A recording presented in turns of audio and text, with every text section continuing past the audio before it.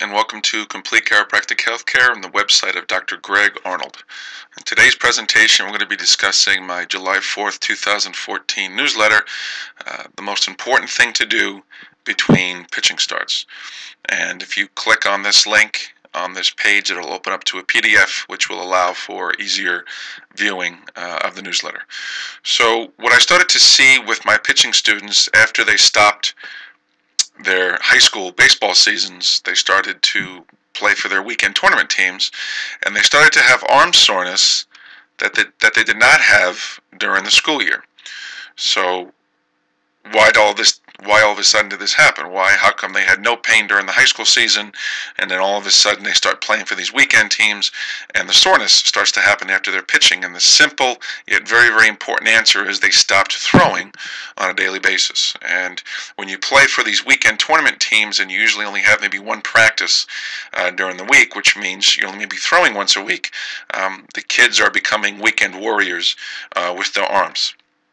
And not throwing between starts leads to a loss of timing, and this is the most important thing to understand, is that long toss and throwing is all about timing. It's not just about arm strength. It's much more about maintaining a proper kinetic chain when you are throwing the ball. So the simple concept that we really try to talk to the kids about, and the parents and the coaches, is throw more, pitch less. And when we talk about throwing, we talk about long toss, and that's something that I highly stress with the kids, is getting enough long toss between sessions. You can do a bullpen between your pitching starts, but a long toss session is more important, and it's purely about timing.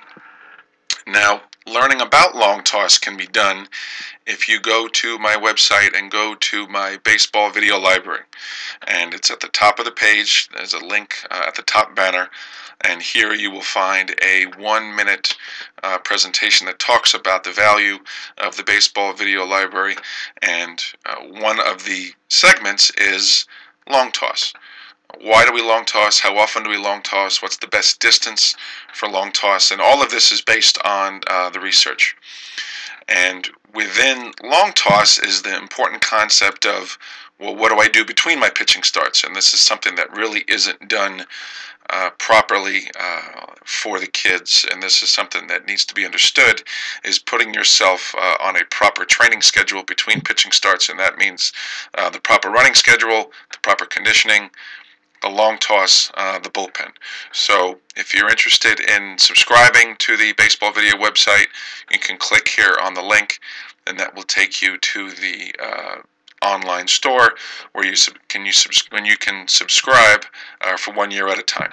So to recap, the most important thing that you need to be doing between pitching starts is throwing more and pitching less.